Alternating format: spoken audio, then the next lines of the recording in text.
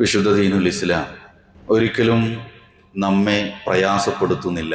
നമ്മുടെ ജീവിതത്തിൽ എവിടെയും കുടുസാക്കുന്ന തരത്തിൽ ഇസ്ലാം ഒരു കൽപ്പനയും നമുക്കുമേൽ അടിച്ചേൽപ്പിച്ചിട്ടേയില്ല. അത് ആരാധനയുടെ വിഷയത്തിലാണെങ്കിൽ പോലും അവിടെയെല്ലാം ഇളവുകൾ നൽകിക്കൊണ്ട് ഒരു മനുഷ്യന് പ്രയാസമുണ്ടാകാൻ സാധ്യത വരുന്നിടത്തെല്ലാം മനുഷ്യനെ സൃഷ്ടിച്ച, മനുഷ്യനെ ഏറ്റവും നന്നായി അറിയാവുന്ന സ്രഷ്ടാവ് ഇളവുകൾ നൽകിയിട്ടുണ്ട് എന്ന്. നോമ്പ് നിയമമാക്കി എന്ന് പറയുന്ന ആ ആയത്തിനിടയിൽ നിങ്ങൾ യാത്രക്കാരാണെങ്കിൽ, നിങ്ങൾ രോഗികളാണെങ്കിൽ നിങ്ങൾക്കതിൽ ഇളവുകളുണ്ട് എന്ന് പരിചയപ്പെടുത്തിയതിന് ശേഷം വിശുദ്ധ ഖുർആൻ നമ്മോട് സംസാരിക്കുന്നത് സൂറത്തുൽ ബഖറ 185 ആയത്തിലൂടെ യുരീദുല്ലാഹു ബിക്കുമുൽ യുസ്റ വലാ യുരീദു ബിക്കുമുൽ ഉസ്റ, നിങ്ങൾക്ക് ആശ്വാസം വരുത്താനാണ് അള്ളാഹു ഉദ്ദേശിക്കുന്നത്, നിങ്ങൾക്ക് ഞെരുക്കമുണ്ടാക്കാൻ അള്ളാഹു ഉദ്ദേശിക്കുന്നില്ല എന്ന് വളരെ വ്യക്തമായിക്കൊണ്ട് നമ്മെ ബോധ്യപ്പെടുത്തുന്നുണ്ട്. നോക്കൂ, നമ്മൾ ചർച്ച ചെയ്തു വന്നിരുന്നു ആഴ്ചകളായി. 4 ഭാഗങ്ങൾ നാം ചർച്ച ചെയ്തു യാത്രയുമായി ബന്ധപ്പെട്ട വിഷയത്തിൽ. യാത്രക്കാരെ ഇസ്ലാം എത്ര വലിയ പരിഗണനയോടുകൂടിയാണ് നോക്കിക്കണ്ടിട്ടുള്ളത് എന്ന് നാം വിശദീകരിക്കുകയുണ്ടായിരുന്നു. നിർബന്ധ നമസ്കാരം ഒരു വിശ്വാസിക്ക് ഒരു നിലക്കും ബുദ്ധിയുണ്ടോ, ഓർമ്മയുണ്ടോ, ചിന്തയുണ്ടോ എങ്കിൽ അവന് എണീക്കാൻ കഴിഞ്ഞില്ലെങ്കിലും അവൻ കിടപ്പിലാണെങ്കിൽ പോലും അവന് ബാധ്യതയാണ് നമസ്കാരം. ഈ നമസ്കാരത്തിന്റെ വിഷയത്തിൽ പോലും ചില ഇളവുകൾ യാത്രക്കാർക്ക് നൽകിയിട്ടുള്ളത് പ്രിയപ്പെട്ടവരെ നമ്മൾ മനസ്സിലാക്കിയിട്ടുണ്ട്. മാത്രമല്ല, എത്ര പ്രയാസങ്ങൾ ഉണ്ടായാലും യാത്രയെന്ന് പറഞ്ഞാൽ അത് ശിക്ഷയുടെ ഒരു ഭാഗമാണ് എന്ന് വരെ ഹദീസുകളിൽ കാണാൻ കഴിയും. പ്രയാസമാണ് യാത്ര എന്നാൽ. ആ യാത്രയിൽ പോലും നമസ്കാരം ഒഴിവാക്കാൻ ഒരു തരവുമില്ല എന്നുകൂടി ഇസ്ലാം നമ്മെ ഓർമ്മപ്പെടുത്തുക. പലരും യാത്ര പോയി കഴിഞ്ഞാൽ സുബയൊക്കെ നമസ്കരിച്ചിട്ടായിരിക്കും ചിലപ്പോൾ പോവുക. ആ യാത്രയിൽ ചിലപ്പോൾ ളുഹർ ഇനി വീട്ടിലെത്തിയിട്ടാവാം, അസർ ഇനി വീട്ടിലെത്തിയിട്ടാവാം. അവസാനം ആ മനുഷ്യന്റെ എല്ലാ ഇടപാടുകളും കഴിഞ്ഞ് വീട്ടിലെത്തുമ്പോൾ രാത്രി ഏറെ വൈകിയിട്ടുണ്ടാവും. ളുഹറും അസറും മഗ്‌രിബും ഇശാവും ഒക്കെ ഒന്നിച്ച് നമസ്കരിക്കുന്ന, അതിലൊരു ഓമനപ്പേരിട്ട് പലപ്പോഴും നാട്ടിൽ ഖളാവ് വീട്ടുക എന്നൊരു ഓമനപ്പേരിൽ ആ ഒരു യാത്രക്കിടയിലെ നമസ്കാരങ്ങളൊക്കെ ഒഴിവാക്കിക്കൊണ്ട് അത് വീട്ടിലിരുന്ന് റാഹത്തോടുകൂടി നമസ്കരിക്കാമെന്ന ന്യായമൊക്കെ പറയാറുണ്ട്. ഇസ്ലാമിൽ അങ്ങനെ ഒരു ഖളാ എന്ന പ്രയോഗമേ ഇല്ല. അത് മറന്നുപോയാൽ, ചിലപ്പോൾ മറന്നുപോയേക്കാം, ഉറങ്ങിപ്പോയാൽ ഓർമ്മ വരുമ്പോൾ നമസ്കരിക്കുക എന്നതല്ലാതെ ബോധപൂർവം പല ന്യായങ്ങളും പറയാറുണ്ട്. യാത്രയിലാവുമ്പോൾ അവിടെ നജസ് ഉണ്ടാവും, അത് ആളുകൾ കാണും, എനിക്കത് സൗകര്യമില്ല, ഖുശൂ കിട്ടില്ല എന്നൊക്കെ പലരും പറയാറുണ്ട്. പക്ഷെ ഇസ്ലാം ഇവിടെ ഇളവുകൾ പഠിപ്പിച്ചു തന്നത് നമസ്കാരം ഉപേക്ഷിക്കാതിരിക്കാൻ വേണ്ടിയിട്ടാണ്. നോക്കൂ, യാത്രക്കാരന്റെ നമസ്കാരത്തെ കുറിച്ച് ചർച്ച ചെയ്യുമ്പോഴാണ് ജംഉം ഖസ്റും എന്ന് നമ്മൾ സാധാരണയായി പറയാറുള്ളത്. നമ്മൾ കൂട്ടിച്ചേർത്താണ് പറയാം, ജമ്മും ഖസ്റും നമസ്കരിക്കുക എന്നാണ് പറയാം. എന്നാൽ ഇതിനെ വേർതിരിച്ച് നമ്മൾ കൃത്യമായി മനസ്സിലാക്കേണ്ടതുണ്ട്. ജംഉ വേറെയുണ്ട്, ഖസ്റു വേറെയുണ്ട്. എന്നാൽ ജംഉം ഖസ്റുമായിട്ട് നമസ്കരിക്കുന്ന രൂപവുമുണ്ട്. ഇൻഷാ അല്ലാഹ് ഇവിടെ നമസ്കാരം എന്നത് അത്രയും പ്രധാനപ്പെട്ട ഒരു ആരാധനയാണ് നമ്മുടേത്. അതുകൊണ്ട് ഈ ഒരു വിഷയം ജമ്മുവും ഖസ്റും നമസ്കരിക്കുക എന്നൊരു ലാഘവത്തോടു കൂടി പോവുക എന്നതല്ലാതെ കൃത്യമായിക്കൊണ്ട് എന്താണ് ജംഉ, എവിടെയാണ് അതിന്റെ സാഹചര്യങ്ങൾ, ആർക്കാണ് ഖസ്ർ, അല്ലെങ്കിൽ ഖസ്ർ എന്ന് പറഞ്ഞാൽ എന്താണ്, ജംഉം ഖസ്റും എപ്പോഴാണ് നമസ്കരിക്കുക, അതെങ്ങനെ നമസ്കരിക്കും, ഇത് അറിയൽ പ്രിയപ്പെട്ടവരെ അനിവാര്യതയാണ്. നമ്മൾ യാത്രക്കാരാണ്, യാത്ര പോകേണ്ടി വരും. അവിടെ ഈ ഇളവുകൾ സ്വീകരിക്കുക എന്നതാണ് അതിൽ ഏറ്റവും അഭികാമ്യം. അതുകൊണ്ട് തന്നെ ജംഉം ഖസ്റും എന്നത് ഇൻഷാ അല്ലാഹ് ഇന്ന് വളരെ വിശദമായി ചുരുങ്ങിയ സമയത്ത് നമ്മളത് ചർച്ച ചെയ്യും. അത് പഠിക്കാൻ അതിൻ്റെ താല്പര്യത്തോടു കൂടി പരിപൂർണ ശ്രദ്ധയോടുകൂടി നമ്മൾ ഇരിക്കണം എന്ന് പ്രത്യേകം ഓർമ്മപ്പെടുത്തുകയാണ്. അല്ലാഹു സുബ്ഹാനഹു വ തആല ദീനി വിഷയത്തിൽ ശ്രദ്ധ ചെലുത്താനും ദീനി വിഷയങ്ങൾ പഠിക്കുവാനുമുള്ള താല്പര്യം നമ്മളിൽ ഉണ്ടാക്കാനും അത് നമ്മുടെ മനസ്സിലേക്ക്, ഉള്ളിലേക്ക് പ്രവേശിക്കുവാനുമുള്ള തൗഫീക്ക് നൽകി നമ്മെ ഏവരെയും അനുഗ്രഹിക്കുമാറാവട്ടെ. നമ്മൾ സൂചിപ്പിച്ചല്ലോ, ജംഉം ഖസ്റും എന്ന് നമ്മൾ ചേർത്താണ് പറയാറുള്ളത് എന്ന്. നമുക്കിതിനൊന്ന് വേർതിരിച്ച് മനസ്സിലാക്കി നോക്കാം. അതിലൊന്നാമത്തേത് ജംഉ എന്നതാണ്. ജംഉ എന്ന പദത്തിന്റെ അർത്ഥം കൂട്ടിച്ചേർക്കുക എന്നാണ്. ഈ ജമാഅത്ത് എന്നതൊക്കെ അതിൽ നിന്ന് വരുന്നതാണ്. ജമാഅത്ത് നമസ്കാരം എന്ന് പറഞ്ഞാൽ എല്ലാവരും സംഘം ചേർന്ന് നമസ്കരിക്കുമ്പോഴാണല്ലോ ജമാഅത്ത്. ജംഉ എന്ന് പറഞ്ഞാൽ കൂട്ടിച്ചേർക്കുക എന്നതാണ്, സംയോജിപ്പിക്കുക എന്നതാണ് അതിൻ്റെ ഭാഷാപരമായ അർത്ഥം. ഇത് നമസ്കാരത്തിന്റെ വിഷയത്തിലേക്ക് വരുമ്പോൾ 2 നമസ്കാരങ്ങൾ ഒരു നമസ്കാരത്തിന്റെ സമയത്ത് ചേർത്ത് നമസ്കരിക്കുക. 2 നമസ്കാരങ്ങൾ ഒരു നമസ്കാരത്തിന്റെ സമയത്ത് ചേർത്ത് നമസ്കരിക്കുന്നതാണ് ജംഅ്. ഇൻഷാ അല്ലാഹ് വിശദമായിട്ട് നമുക്ക് വരാം. അതിൻ്റെ കൂടെയുള്ള ഖസ്ർ എന്ന പദത്തിന്റെ അർത്ഥം ചുരുക്കുക എന്നാണ്. ചുരുക്കുക എന്ന് പറഞ്ഞാൽ യാത്രക്കാരായ ആളുകൾക്ക് 4 റക്അത്തുള്ള നമസ്കാരം, 4 റക്അത്തുള്ള നമസ്കാരേ ചുരുക്കാൻ പറ്റൂ. 3 നമസ്കാരങ്ങളാണല്ലോ 4 റക്അത്തായിട്ടുള്ളത്, ളുഹറും അസറും ഇശാവും. ഈ ഇശാവും അസറും ളുഹറും 4 റക്അത്തിന് പകരമായി 2ആയി ചുരുക്കി നമസ്കരിക്കാൻ കഴിയും. അത് യാത്രക്കാർക്ക് മാത്രമുള്ളതാണ്. ഇതാണ് ഖസ്ർ എന്ന് പറഞ്ഞാൽ. അപ്പൊ ജംഅ് എന്ന് പറഞ്ഞാൽ 2 നമസ്കാരങ്ങളെ കൂട്ടി യോജിപ്പിക്കുക. ഖസ്ർ എന്ന് പറഞ്ഞാൽ 4 റക്അത്തുള്ള നമസ്കാരത്തെ യാത്രക്കാരന് ചുരുക്കി 2ആയി നമസ്കരിക്കാം. ഇതാണ് ഖസ്ർ എന്ന് പറഞ്ഞാൽ. ഇനി ഓരോന്നും നമുക്ക് വിശദമായിട്ട് പരിശോധിക്കാം. ജംഅ് എന്ന് പറഞ്ഞാൽ നമ്മൾ പറയുകയുണ്ടായി അത് നമസ്കാരങ്ങൾ കൂട്ടി നമസ്കരിക്കാൻ. ഇവിടെ ളുഹറും അസറും തമ്മിൽ കൂട്ടി നമസ്കരിക്കാം, മഗ്രിബും ഇശാവും തമ്മിൽ കൂട്ടി നമസ്കരിക്കാം, ജംആക്കാം. പക്ഷേ സുബഹി ഒന്നിനോടും എന്ത് ചെയ്യാൻ കഴിയില്ല, ജംആക്കാൻ കഴിയില്ല. അത് സ്വതന്ത്രമായി തന്നെ നിൽക്കുന്നു. സുബഹിയും ളുഹറും പാടില്ല. എന്നാൽ അസറും മഗ്രിബുമോ അതും പാടില്ല.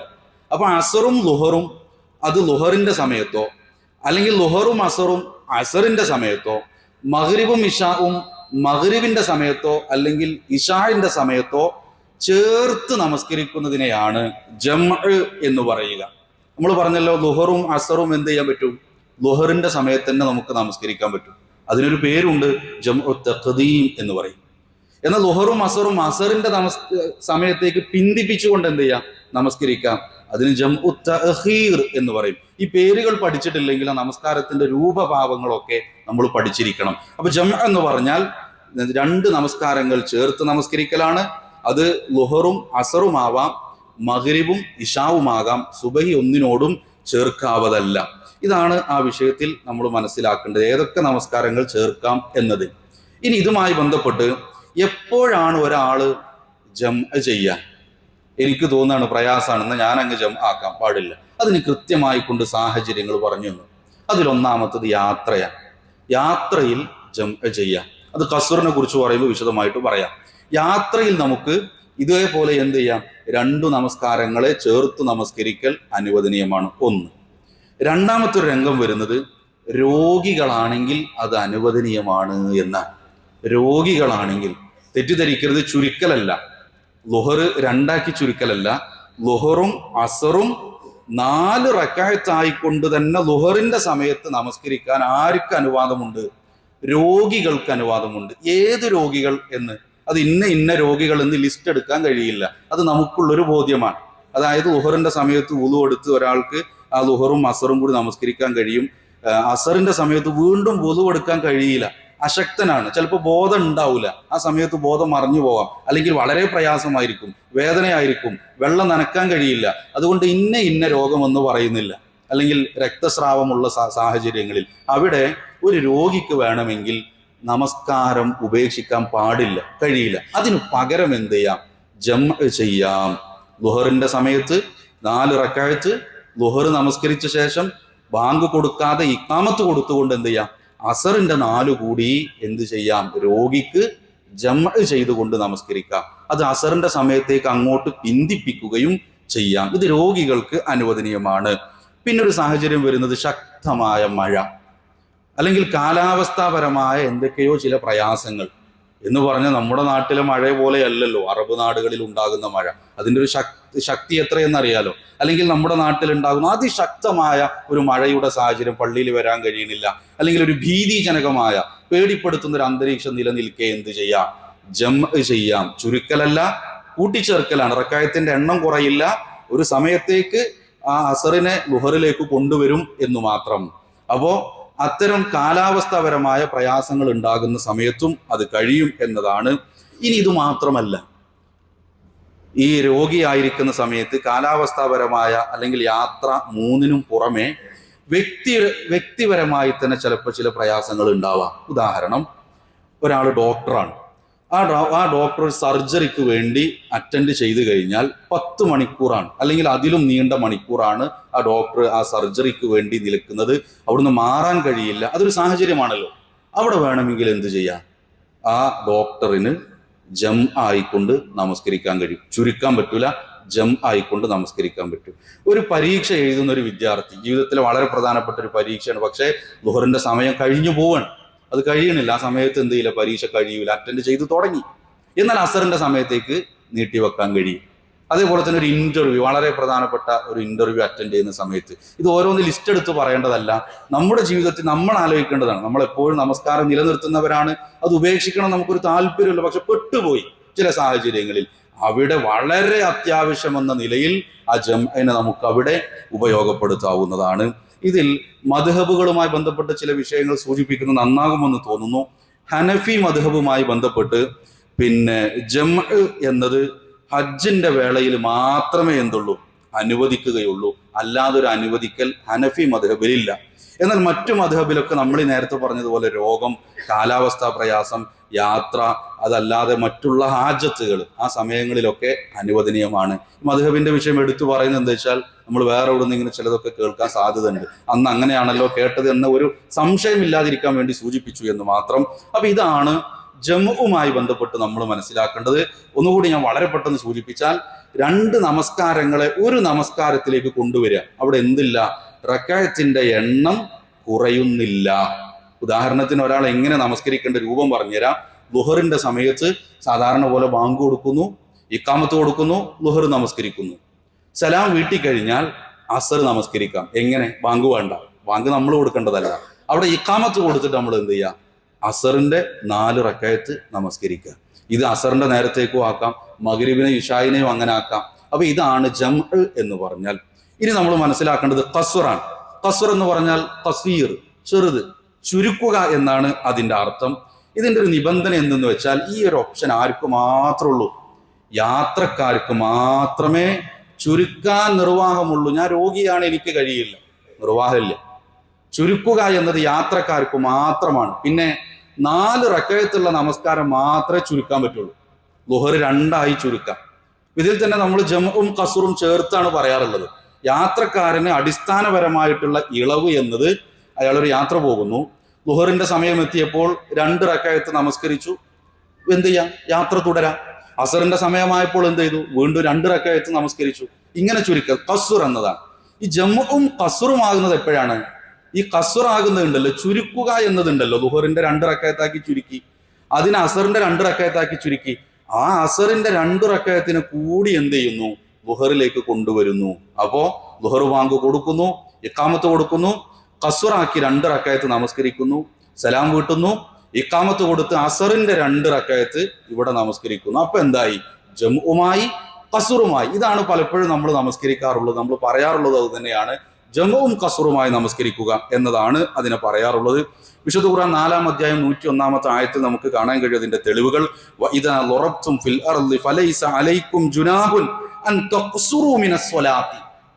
നമസ്കാരത്തിൽ നിന്ന് നിങ്ങൾ യാത്ര ചെയ്യുകയെങ്കിൽ നമസ്കാരം ചുരുക്കി നിർവഹിക്കുന്നതിൽ നിങ്ങൾക്ക് കുഴപ്പമില്ല, കുറ്റമില്ല എന്ന് വിശുദ്ധ ഖുർആനിൽ ആയത്തിറങ്ങി. സ്വഹാബാക്കൾ റസൂലുള്ളാഹി സ്വല്ലല്ലാഹു അലൈഹി വസല്ലമയുടെ അടുക്കൽ വന്നിട്ട്, പ്രവാചകരെ എന്താണ് ഇങ്ങനെ എന്ന് അതിശയത്തോടു കൂടി ചോദിക്കുമ്പോൾ റസൂലുള്ളാഹി സ്വല്ലല്ലാഹു അലൈഹി വസല്ലമ കൊടുക്കുന്ന മറുപടി എന്തെന്നറിയോ? സ്വദഖത്തുൻ തസദ്ദഖല്ലാഹു ബിഹാ അലൈക്കും ഫഖ്ബലൂ സ്വദഖ.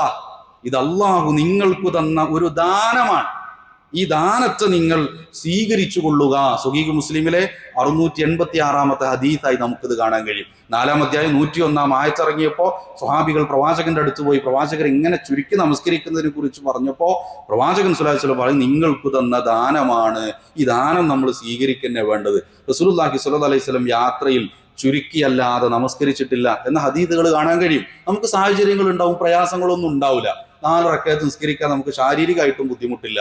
പക്ഷെ അവിടെ ഏറ്റവും നല്ലത് ചുരുക്കി നമസ്കരിക്കലാണ് എന്ന് നാം മനസ്സിലാക്കുക. ഇനി ഖസ്റുമായി ബന്ധപ്പെട്ടത് ഓരോ മദ്ഹബിൽ തന്നെ വളരെ പെട്ടെന്ന് എടുത്തു പറഞ്ഞാൽ, ഹനഫി മദ്ഹബ് അനുസരിച്ച് ഖസ്ർ ചെയ്യൽ നിർബന്ധ. യാത്രയാണോ ഖസ്ർ ചെയ്യണമെന്നാണ് ഹനഫി മദ്ഹബ് അനുസരിച്ചുകൊണ്ട്. മാലിക്കി മദ്ഹബില് അതൊരു സുന്നത്തുൻ മുഅക്കദ, പ്രബലമായ ഒരു സുന്നത്താണ് എന്ന്. ഇതല്ലാതെ ഷാഫി അതേപോലെ തന്നെ ഹംബലി മദ്ഹബുകളിലുള്ളത് അതൊരു റുഖ്സയാണ്, അതൊരു ഇളവാണ്, അത് സ്വീകരിക്കലാണ് നല്ലത്. അതേപോലെ തന്നെ സലഫി ആശയപ്രകാരം, സലഫി മൻഹജ് അനുസരിച്ചുകൊണ്ട് പ്രവാചകൻ സ്വല്ലല്ലാഹു അലൈഹി വസല്ലം യാത്രയിൽ ഒന്നും തന്നെ എന്ത് ചെയ്തിട്ടില്ല, പൂർണ്ണമായി നമസ്കരിച്ചിട്ടില്ല. നേരത്തെ പറഞ്ഞതുപോലെ തന്നെ പൂർണ്ണമായി നമസ്കരിച്ചിട്ടില്ല, ഖസ്റാക്കുക ചെയ്തത്. അതുകൊണ്ട് യാത്രയിൽ നമ്മൾ എന്ത് ചെയ്യണം? ഖസ്റാക്കി നമസ്കരിക്കുക എന്ന് തന്നെയാണ് ആ വിഷയത്തിൽ നമ്മളെല്ലാവരും മനസ്സിലാക്കേണ്ടുന്ന വിഷയം. ഇതേപോലെ തന്നെ ഇവിടെ ഏതൊക്കെ നമസ്കാരങ്ങളെ ഖസ്റാക്കാം? നേരത്തെ പറഞ്ഞതാണ്, എങ്കിലും പറഞ്ഞു പോകുന്നു. 4 റക്അത്തുള്ളതിനെ ഖസ്റാക്കാൻ പറ്റൂ. സുബഹി എന്തായിരുന്നാലും ഖസ്റാക്കാനില്ല. മഗ്രിബ് 3 അല്ല, ഞാൻ 2 ആക്കാം, പാടില്ല. 4 റക്അത്തുള്ള നമസ്കാരമേ അതെന്ത് ചെയ്യാൻ പാടുള്ളൂ?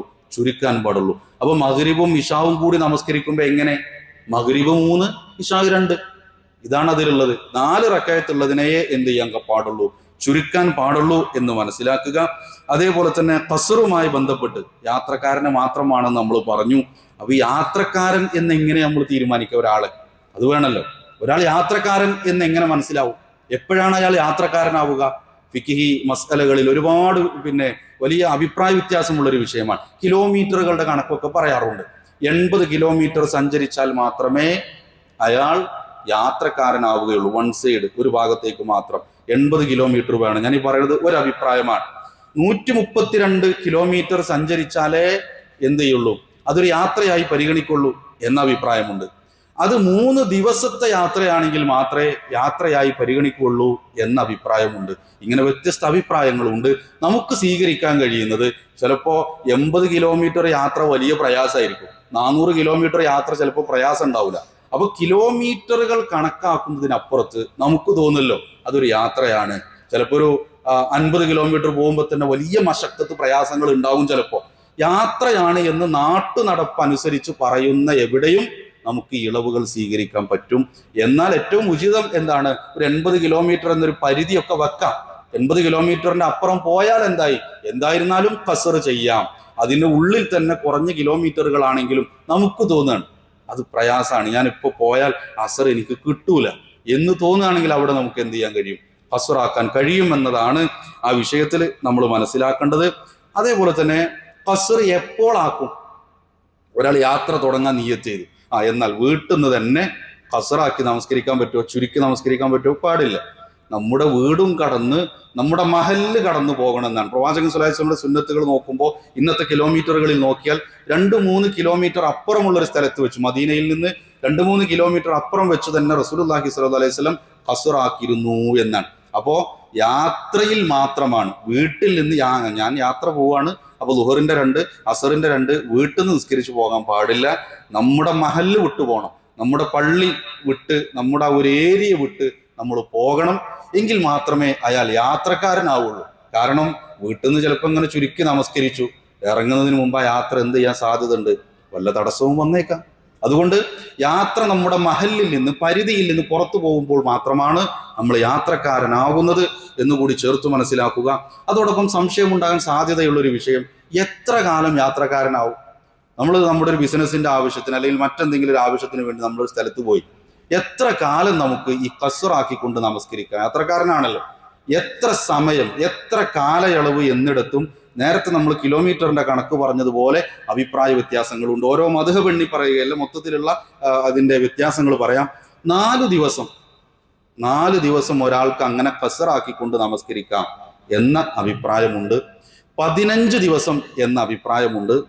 19 ദിവസം എന്ന അഭിപ്രായമുണ്ട്. ഈ 19 ദിവസത്തിനൊക്കെ സ്വഹീഹായ ഹദീസുണ്ട്. 19 ദിവസം എന്ന അഭിപ്രായമുണ്ട്. ഇതിൽ നമുക്ക് സ്വീകരിക്കാവുന്ന ഒന്ന്, നമ്മളുടെ യാത്ര, ഇപ്പൊ നമ്മളൊരു പ്രത്യേക സ്ഥലം, പേര് പറയുന്ന ഒരു സ്ഥലത്തേക്ക് നമ്മൾ യാത്ര പോയി. അവിടെ നമ്മുടെ ഒരു ബിസിനസ് ആവശ്യത്തിന് പോയതാണ്, അല്ലെങ്കിൽ എന്തോ ഒരു അത്യാവശ്യത്തിന് പോയതാ. എന്നാ തിരിച്ചു വരിക എന്നറിയില്ല. ചിലപ്പോൾ 10 ദിവസമാവും, ചിലപ്പോൾ ഒരു മാസമാവാം. നമ്മുടെ ലക്ഷ്യം എപ്പോൾ നിറവേറുമെന്നറിയാതെ നമ്മൾ ആ ഭൂമിയിൽ, ആ നാട്ടിൽ നിൽക്കുകയാണെങ്കിൽ ആ കാലമത്രയും എന്ത് ചെയ്യാം? ഖസ്റായിക്കൊണ്ട് അയാൾക്ക് അവിടെ ചുരുക്കി നമസ്കരിക്കാവുന്നതാണ്. എന്നാൽ അയാളുടെ യാത്ര അയാൾക്കറിയാം, കൃത്യമായി 3 ദിവസം കഴിഞ്ഞാൽ തിരിച്ചു വരും, അല്ലെങ്കിൽ അവിടെ 2 ദിവസം കഴിഞ്ഞ് തിരിച്ചു വരും, 4 ദിവസം കഴിഞ്ഞ് തിരിച്ചു വരും. എങ്കിൽ അതൊരു 19 ദിവസം വരെ മാക്സിമം എന്ത് ചെയ്യാൻ കഴിയും? അയാൾക്ക് ഖസ്റാക്കിക്കൊണ്ട് നമസ്കരിക്കാം. വീണ്ടും അവിടെ തുടരാണ്. ഉദാഹരണം, പഠിക്കാൻ പോയ ഒരു കുട്ടി 6 മാസത്തെ കോഴ്സിന് വേണ്ടി വിദേശത്ത് പോയി, അവന് വേണമെങ്കിൽ ഒരു 19 ദിവസം വരെ ചുരുക്കി നമസ്കരിക്കാം. ശേഷം പിന്നീട് എന്ത് ചെയ്യാനാണ് ഏറ്റവും ഉത്തമം? അവന് സാധാരണയായി എങ്ങനെയാണോ അവൻ നമസ്കരിക്കാറുള്ളത്, ആ റക്അത്ത് പൂർത്തീകരിച്ചുകൊണ്ട് നമസ്കരിക്കലാണ് ഉത്തമം എന്ന് നമ്മൾ മനസ്സിലാക്കുക. ചേർത്ത് പറയാവുന്ന ഒരു കാര്യം, ചിലപ്പോൾ ചെറിയ പീരീഡുകൾക്ക് ഇങ്ങനെ പോകുന്ന ആളുകളുണ്ട്. നാട്ടിൽ ഒരു 5 ദിവസത്തിന് വിദേശത്ത് നിന്ന് വന്നു. അപ്പൊ ഈ 5 ദിവസം എന്തു ചെയ്യും? അല്ലെങ്കിൽ 5 ദിവസത്ത് പിന്നെ ഒരു പ്രവാസ ലോകത്തേക്ക് പോയി, അത് കഴിഞ്ഞാൽ തിരിച്ചു വരും. അപ്പൊ അവിടെ അവന് മുഖീമാണെങ്കിൽ, മുഖീം എന്ന് പറഞ്ഞാൽ നമുക്കവിടെ വീടുണ്ട്, ഒരു പ്രയാസമല്ല, യാത്രയുമായി ബന്ധപ്പെട്ട ഒരു പ്രയാസമല്ല. ആലോചിച്ചാൽ ഒരു പ്രവാസി നാട്ടിലേക്ക് വരുന്നു, 5 ദിവസം കഴിഞ്ഞ് 4 ദിവസം കഴിഞ്ഞിട്ട് ആ പ്രവാസി തിരിച്ചു പോകും. ഈ 4 ദിവസം അയാൾ എന്ത് ചെയ്യണം? യാത്രക്കാരനാണോ എന്ന ചോദ്യത്തിന്റെ ഉത്തരം പണ്ഡിത ലോകം പറഞ്ഞത് അയാൾ മുഖീമാണ് എന്ന് പറഞ്ഞാൽ അയാൾ സ്വന്തം വീട്ടിലാണുള്ളത്, സ്വന്തം നാട്ടിലാണുള്ളത്, അയാൾക്ക് യാത്രയുടെ ഒരു പ്രയാസമല്ല. എങ്കിൽ അയാൾ എന്ത് ചെയ്യണം? പരിപൂർണമായി ആ നാട്ടുകാർ നമസ്കരിക്കുന്നത് പോലെ നമസ്കരിക്കണമെന്ന് ചേർത്ത് വെച്ചത് നമുക്ക് കാണാൻ കഴിയും. എങ്ങനെ നമസ്കരിക്കണം എന്ന് നമ്മൾ പറഞ്ഞല്ലോ. ഏതാണോ നമ്മൾ നമസ്കരിക്കുന്നത്, ളുഹറാണെങ്കിൽ അത് ചുരുക്കി നമസ്കരിക്കുകയെങ്കിൽ ബാങ്ക് കൊടുക്കുന്നു, ഇഖാമത്ത് കൊടുക്കുന്നു, ളുഹറിന്റെ 2 റക്അത്ത് നമ്മൾ നമസ്കരിക്കുന്നു, സലാം വീട്ടുന്നു. വലിയ ഒരു ടൈം പീരീഡ് അതിന്റെ ഇടയിൽ കൊടുക്കാതിരിക്കലാണ് ഉത്തമം. ഉടനെ തന്നെ ഇഖാമത്ത് കൊടുത്തിട്ട്, ബാങ്കില്ല, ഇഖാമത്ത് കൊടുത്തിട്ട് അസറിന്റെ 2 റക്അത്ത് നമസ്കരിക്കുന്നു. ഇങ്ങനെയാണ് ഖസർ നമ്മൾ നിർവഹിക്കേണ്ടത്. അതിനി അസറിന്റെ സമയത്താണെങ്കിൽ അങ്ങനെ ആദ്യം ളുഹറിന്റെ 2 റക്അത്ത് നിസ്കരിക്കുക. അസർ ആണല്ലോ, അപ്പൊ അസർ ആദ്യം എന്നല്ല, അതിനൊരു ക്രമം വേണം. ആദ്യം ഏതാണ്? ളുഹർ തന്നെ നിസ്കരിക്കുക 2 റക്അത്ത്. എന്നിട്ട് അതേ ഈ നേരത്തെ സൂചിപ്പിച്ചതുപോലെ നമ്മൾ എന്ത് ചെയ്യുക? അസർ നമസ്കരിക്കുക. മഗ്രിബും ഇശാവും ഒക്കെ നമ്മൾ അങ്ങനെ തന്നെയാണ് നമസ്കരിക്കേണ്ടത്. ജംഅ ആണെങ്കിൽ ആ റക്അത്തിന്റെ എണ്ണത്തിൽ വ്യത്യാസം ഉണ്ടാവും. ളുഹറിന്റെ സമയത്താണെങ്കിൽ 2 പകരം 4 നമസ്കരിക്കും. പിന്നീട് ഇഖാമത്ത് കൊടുത്തിട്ട് എന്ത് ചെയ്യും? അസറിന്റെ 4 നമസ്കരിക്കും. അപ്പൊ ഇതാണ് ആ വിഷയത്തിൽ നമ്മൾ മനസ്സിലാക്കേണ്ടത്. പ്രിയപ്പെട്ടവരെ, പല കൺഫ്യൂഷനുകളൊക്കെ ഉണ്ടെങ്കിൽ ഇതുമായി ബന്ധപ്പെട്ട പുസ്തകങ്ങൾ, പ്രഭാഷണങ്ങളൊക്കെ കേൾക്കാൻ കഴിയും. കൺഫ്യൂഷൻ തീർച്ചുകൊണ്ട് നമ്മൾ മുന്നോട്ട് പോകണം. അല്ലാഹു സുബ്ഹാനഹു വ തആല ദീനീ വിഷയത്തിൽ അതീവ തൽപരരായി മുന്നോട്ട് പോകുന്ന മുത്തഖികളുടെ കൂട്ടത്തിൽ നമ്മളെ ഉൾപ്പെടുത്തി അനുഗ്രഹിക്കുമാറാവട്ടെ. ജംഉം ഖസറും എന്താണ് എന്നതിൻ്റെ വളരെ പ്രധാനപ്പെട്ട വിഷയത്തിലൂടെയൊക്കെ നമ്മൾ കടന്നുപോയിട്ടുണ്ട്, അൽഹംദുലില്ലാ. എന്നിരുന്നാലും ചില ചോദ്യങ്ങൾ നമ്മുടെ ഉള്ളിൽ വരാൻ സാധ്യതയുള്ള 2-3 ചോദ്യങ്ങളെ പരിഗണിക്കുമ്പോൾ, ഉദാഹരണമായി മഗ്രിബ് നമസ്കരിച്ചിട്ടില്ല, യാത്രക്കാരനാണ്. ആ മനുഷ്യൻ പള്ളിയിൽ, നാട്ടിലെ പള്ളിയിൽ യാത്ര കഴിഞ്ഞ് തിരിച്ചെത്തിയപ്പോൾ അവിടെ ഇശാഇന്റെ ജമാഅത്ത് നടന്നുകൊണ്ടിരിക്കുകയാണ്.